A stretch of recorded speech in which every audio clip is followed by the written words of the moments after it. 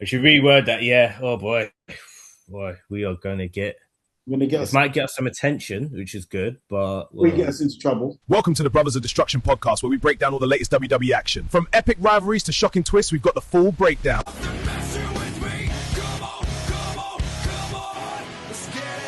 yes, people. This is your boy. You already know who it is. This is Prime Time, and this is my brother Flace right here. Welcome, guys, again to another episode of the Brothers of Destruction podcast. How are we doing today, bro? Not great. Apologies to everyone.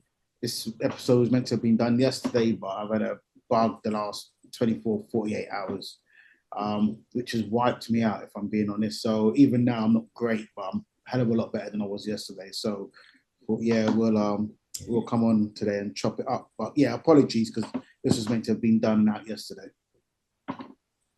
It's all good, bro. He's pulling through, guys. He's pulling through just for our audience, just for our viewers. He's pulling through. We're going to look into Oba Femi and how his reaction is from his loss to Brock Lesnar at Clash in Italy. We'll see what he's got up to on Raw. We're going to go into Seth Rollins and Bron Breakker, what a match it was that it had. We're also going to look at the start of the King and Queen of the Ring tournaments. We've all started with Fatal 4 matches this past week on Raw. We're going to look into that and we're going to predict who our final two for the finals will be. And also, guys, before we go into it, remember to like and subscribe to us on YouTube. Check us out on Instagram and check out some of our earlier episodes on Spotify. All right, bro, you ready? All right, we're going to go into it, guys. We're going to actually start off with the main event on Raw. Again, lively crowd, big atmosphere. Loved it as well. And for the main event, the crowd ate it up. It was Seth Rollins, Bron Breakker, 1-on-1, and this is a match and a half, man. Yeah, this is their best one yet. Oh yeah, and I like their Backlash one, but this one was this one topped it. It was wicked. Seth again proving he's an all-timer. Ron proving that he's one of the next 10 years or so, he will be one of the top guys, no doubt about it, in my mind.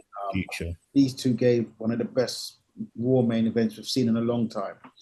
I thought it was, I'd give it a 9 out of 10, to be honest. I thought it was excellent. I thought the story they told in the ring, you had near falls. There was times where I thought, wow, you know what it is? I never really knew which way it was going to go. And that's what I loved about it. Sometimes you can tell if I'm actually feel which way it's going to go. This one, the structure when you're watching it, how it's playing out. Yeah. This one, I really couldn't tell how it was going to go. Before the match, I said to myself, I think Seth's experience and know-how, his ring IQ will win him. I thought Bron would have the better of it because he's younger. He's probably got pretty much every attribute over Seth at this juncture. Yeah, he's just as quick as Seth now. He's probably a bit more powerful, while Seth's underratedly strong. Oh yeah, the CrossFit Jesus he was known as. Yeah, so physically, Bron is probably got the edge on Seth in most aspects now. But I thought Seth's experience, his ring IQ would see him through. Ultimately, that's probably what did do it. But during the match, I was saying it was just going back and forth, and obviously we had the interference. And I just didn't know which way it went. And I thought the way it ended was brilliant. I like. I was going to say I like the ending with the title belt, and he speared it. Yeah, the spear to Heyman, and then the title. Oh, and Heyman as well. Yeah, it was an excellent finish, and credit to both men. I feel like that maybe writes Heyman off TV for a bit, taking a spot like that. Don't know how long he'll be out for, but I reckon that's sort of won't be long. Maybe putting them off for a bit. Maybe a few weeks. Yeah, but it was an interesting match until they get back to North America, I'd imagine, because they're in Europe. Maybe they? Is it the rest they're touring? Yes. Yeah. Maybe once they get back to North America, could be another month before we know, but we shall see. It was a great match. What a match it was! Is the feud over? Not too sure. I'm thinking it probably won't be. I reckon it can go on a little bit longer. Well, you know what? They and we'll get onto this topic later. They could still meet at King of the Ring in the King of the Ring tournament. They could do. Obviously, we'll go into that near towards the episode. That's still a possibility there. Just a bit of reports as well. Bron Breakker looked like he was injured after match backstage, as we saw. Reports are saying that he is fine, and apparently, don't know if it was, I think it might have been tonight. He was in a street fight with Seth Rollins at a live event. So, guess he's fine then. Yeah.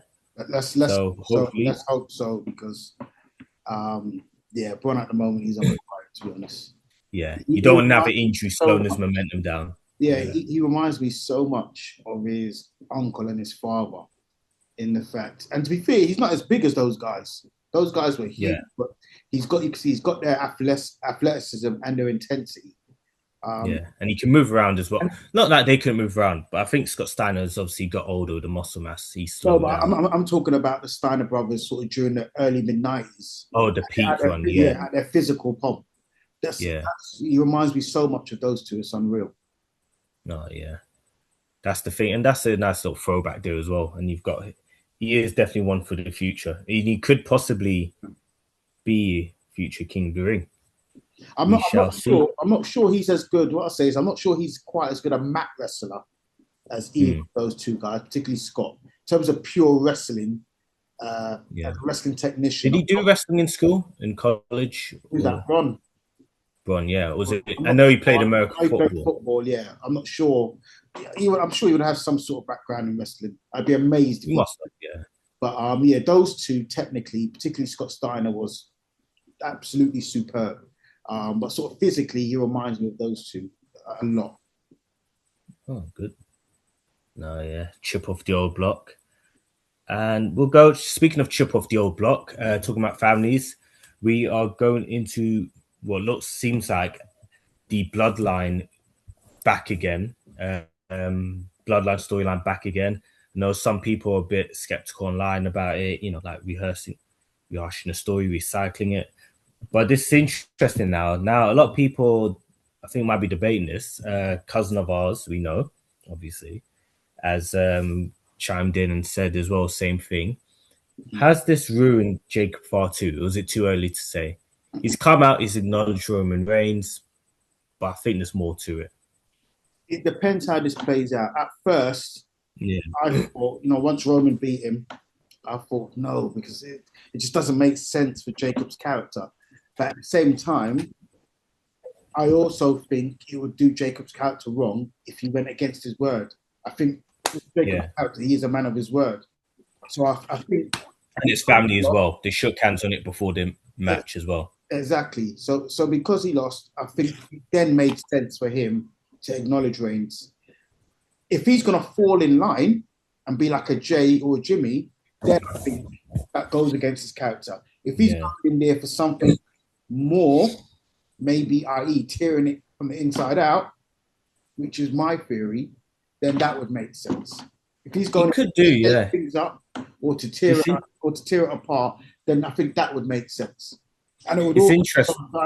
So just one last thing. It would also show a side to him that this isn't just a raging lunatic with a low IQ. It also shows a bit of brains there. Yeah. Not only is this guy a bad dude, but he's also clued up here. He's not as stupid as some people might think because he's wild. Or a Solo put it last year saying he's all gas and no. Basically, like he said last year. I remember that went through my head. This is a really dangerous guy because he's got the brains to go with the Bron. So I think if it goes that way, then yes, it makes sense. If he's gonna fall in line like Jimmy and Jay in particular, then it will just, for me, it will ruin the character. It's interesting though. Like he could break them up from within, although this is a face faction as well. But I think that could still. It's an interesting dynamic because they're not. It's not like a set face thing where they're both faces and they're just getting along with each other. There's conflict there to a point where it can go any direction, even if the Bloodline aren't heels, even in their face. Jacob Fatu breaks them up from within. And I don't think that makes Fatu a heel either. It just caused that dynamic. Yeah, it's just that dynamic between them. And I think with WWE right now, the characters are complex to a point where there's set faces and heels there, but it's not always a thing where the face is always doing sort of as you expect as a face. Like sometimes the face are a bit ruthless or they're a bit anti-hero-esque. Which I like. I So prefer like that. yeah, Rather than it doesn't limit you, it doesn't pigeonhole you in storylines. exactly. So, Yeah. And with Reigns, it's not changed his character. It's still the same sort of bit of a He's still the same guy. He's tried to do things a little different, but generally, let's be real, he's still the same guy. Pretty much, yeah. So I think, it's still, I'd wait out. I know some people saying it's ruined his character, but we'll wait out and see. You know what I mean? I think, wrestling fans do need to learn to have that patience here now and again because, you need let stories. So at the end of the day, Soruka, I'm going to get onto her now because she had an impressive win this past Sunday at Clash in Italy against Becky Lynch, the man. She beat her. And I'm going to touch up on this briefly because I suggested yesterday's episode. I mean, not yesterday, last episode we did, that Soruka could be working with experienced people, which would help her. And Live Valkyria is one of the names I mentioned. And you said that was interesting. So now... Because I just watched Raw. You know why? I hadn't seen it yet.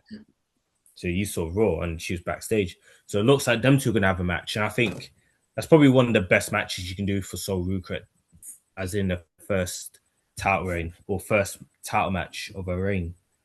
Because Live Valkyria, she is experienced. She is still up and coming herself. But, she's no slouch by any means. She's experienced herself. And she's also the first woman to hold the Women's Intercontinental title. So it's a story there. There's also that story of, Bayley looked a bit like, oh, okay.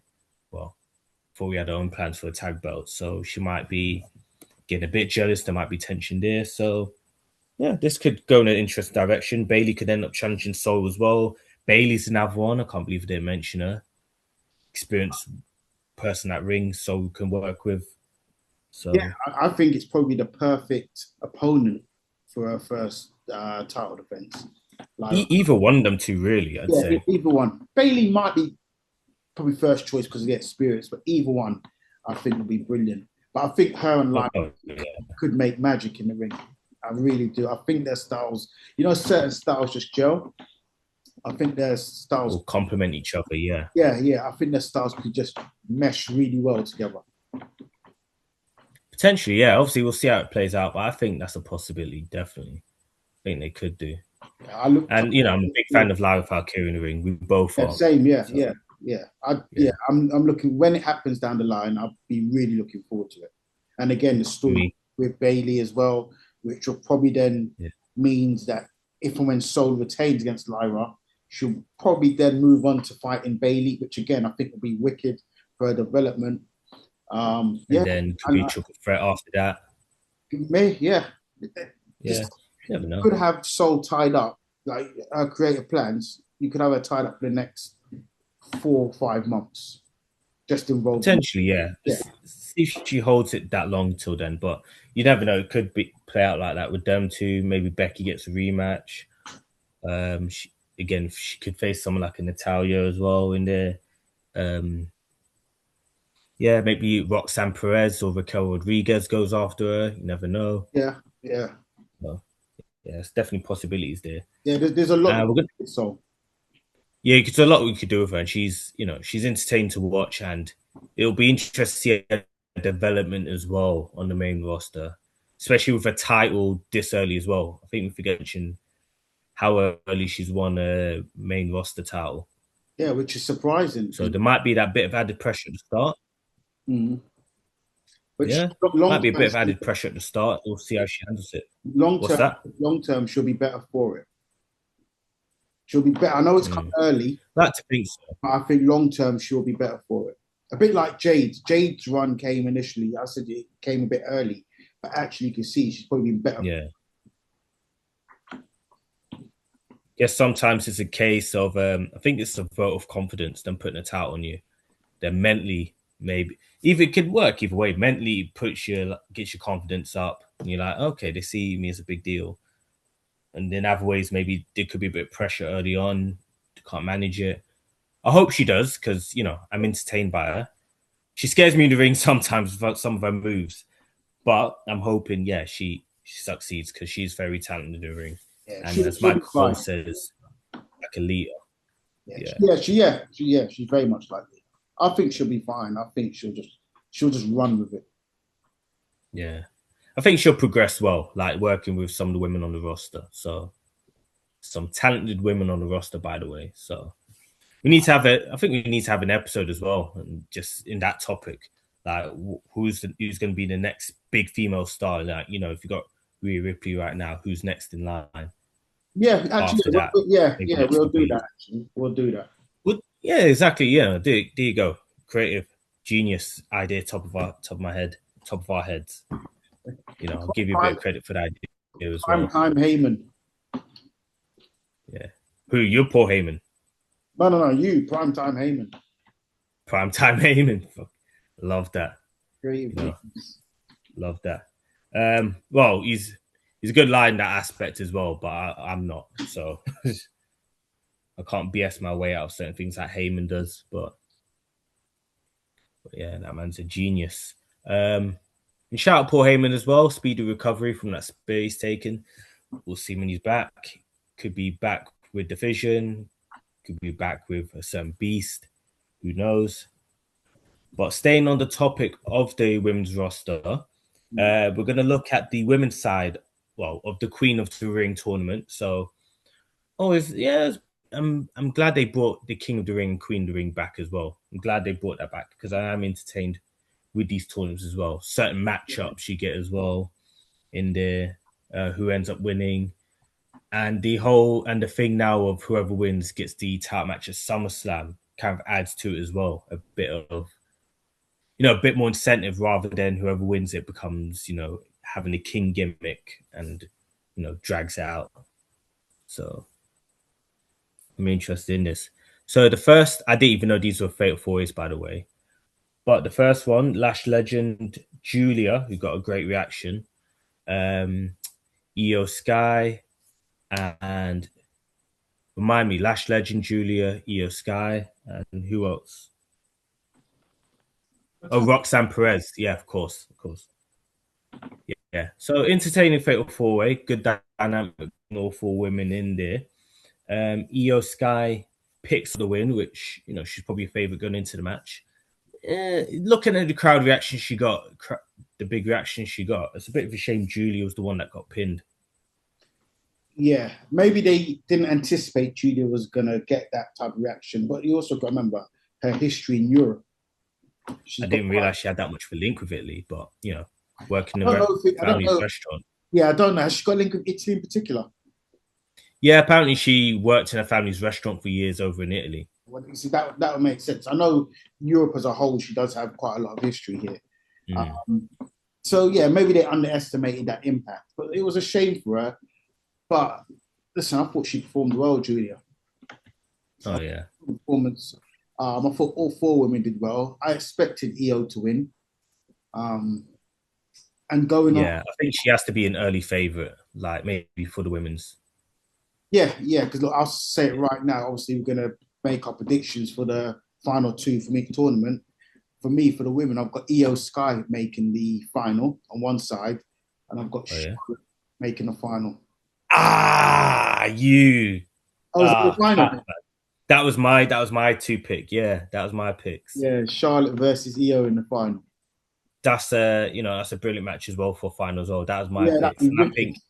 And I think that can go either way. Literally, them two. I think that can go either way. I've got a feeling we're heading to Charlotte versus Rhea. That's what I'm thinking, yeah, because it teased that they're mates again. Yeah, no, they're mates now. Now it could be a thing where, hold on a second now. That's why I think, yeah. So I agree. It could go either way, but if that is to be the final, I would slightly lean towards Charlotte. You could have the dynamic of IYO wins it and faces Rhea Ripley, who Rhea's never beaten in the ring. Very good. Yeah, do you know what? That's a good shout. Well, you might have IYO against Morgan. That's either way. There's a story there. Yeah, even IYO against Liv Morgan still be a great match. Yeah. Yeah, so that can go either way. That would be wicked. Yeah, still a bit confused. Liv Morgan's in a tournament, but there you go. It's like they ain't got a clue what to do with her. She won the belt. It's like they ain't got a clue. I think it's because Stephanie Fakir picked up that injury. I think they're just sort of dilly-dallying about until she comes back. But Yeah, I just think I hear that. Could have had something for her. As a brilliant women's champion and as a big star, you should have other plans. But if one goes wrong, you should have a plan B. Like, come on, what would no, that's what I mean. So even it could have been someone as a face there. That's what I'm saying. Like, I think the booking in this run for Liv, unfortunately, has let her down so far. You can't be just waiting on Stephanie Fakir to come. Yeah, maybe even if you had Bailey challenge for her, and just give her maybe Bailey challenges her and you got Io challenging. Yeah, so I hope they don't sort of Liv is brilliant. The title reign by not having her do anything. Yeah, that's what I'm saying. She's brilliant, and I just think she's been let down with the booking, the lack of booking. Yeah, just they are doing something at least sort of with her, like the teasing bit of tension in the Judgment Day again. You know, Roxanne Perez didn't win the match, and Liv and Dom are saying they're going to be Queen and King of the Ring. Raquel Rodriguez looking at her like, "Bitch, what are you talking about?" You know, like she's in a tournament as well. So we'll see. Things ain't looking rosy in the Judgment Day. Again, we've had that for the last 2 years. She's like, there's been tension in the Judgment Day. Yeah, there's always, I guess you realistically look at it, it's always going to be tension, you know, egos there, and everything. So we'll see how that plays out. Maybe Liv gets turned on. They turn on Liv, you know, Raquel. I was going to say, you're going to reword that. We should reword that, yeah. Oh boy, we are going to get. This might get us some attention, which is good, but we get us into trouble. Get us into trouble, yeah. At least we'll get the views up. So apologize to Liv. All right. So we'll move on from that. We'll move on to the men's side of it now. And Solo Sikoa, Carmelo Hayes, and Penta, and Oba Femi compete in the men's Fatal 4-Way now. Now, this was interesting because a lot of people said Oba Femi losing might hurt him, even though he looked strong in the match, you know. So this is going to be interesting to see the reaction from that. And oh my word. Let me start off by saying, So they look like a monster. But sorry, carry on what you're going to say. No, the best of it is taking out all three one by one, and then doing his signature pose in the ring right after that. I thought, okay, if there's any doubt, like his Aura Rent losing to that match to Brock, it was back straight away. Bro, back straight away. This guy is a monster. He was made to look a monster again. I thought it was a good match as well. It's good structure to it. You also saw obviously Solo and Penta and Carmelo, particularly Penta and Carmelo. You saw like a good match between them in the ring. While Oba was however, they were able to showcase their bit. It wasn't all focused on Oba. Yeah, whilst doing that, Oba just looked like a monster. The way he dashed Talatonga across the announce table. And that's the first time he's been thrown around at all, got taken off his feet. That was madness. I thought, this brother is an animal. Look, for me, it was a strong showing by Oba. But not just that, like I said, Solo got to showcase his piece, and Carmelo and Penta in particular, those two got to showcase what they can do. So I thought it was a good match all around. Oba was the correct winner. Yeah. Me, again, as we're predicting the final, I think he makes the final against Seth Rollins. Okay, so that's interesting then, because I think this is where we agreed on women's one. I think I've disagreed slightly on this one. Got one half right. Seth Rollins will be in it. I reckon so. There's no doubt about it. He might even be the favorite to win the King of the Ring.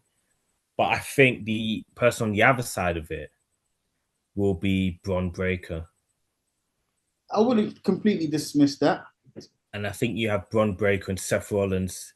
Maybe have that blow-off feud there at the same time as the King of the Ring final. I think it's Bron Breakker and Seth Rollins is the final two. Yeah, I wouldn't. Yeah, I can see that. I'm gonna stick with Oba, but yeah, I think Oba gets past Bron. And that's an interesting one as well. I'm looking forward to if they set that. That will be a monster of a match. They have to set that as main event. That main event, like on Raw. Yeah, that will be Sit down. That's a potentially future main event for Mania or SummerSlam. And you've got Mania main event, within the next couple years. Early on before they hit their peak. Yeah. A bit like when you had sort of Triple H and The Rock, sort of 98-ish, before they hit their peak, 2000, 2001. Listen. Take my money. That's one of them ones there. TKO, the prices they charge, their teeth. But you know what? They can charge whatever they want whenever that match is held. Because that's going to be interesting dynamic there as well. Listen, I can't wait for that. If it happens. Yeah, if it happens. And I think you might see Oba Femi compete a bit longer in the match rather than just a short, explosive match. Yeah, it'll be a proper match. Yeah. All right, guys, we're going to leave it there now. So our next episode will be reviewing SmackDown this Friday. We'll see you then, guys. Remember to like, subscribe to us on YouTube, and we'll see you then. Take care, everyone. Big up. Thank you for watching the Brothers of Destruction podcast. Remember to subscribe so you don't miss an episode, and look out for our question of the week.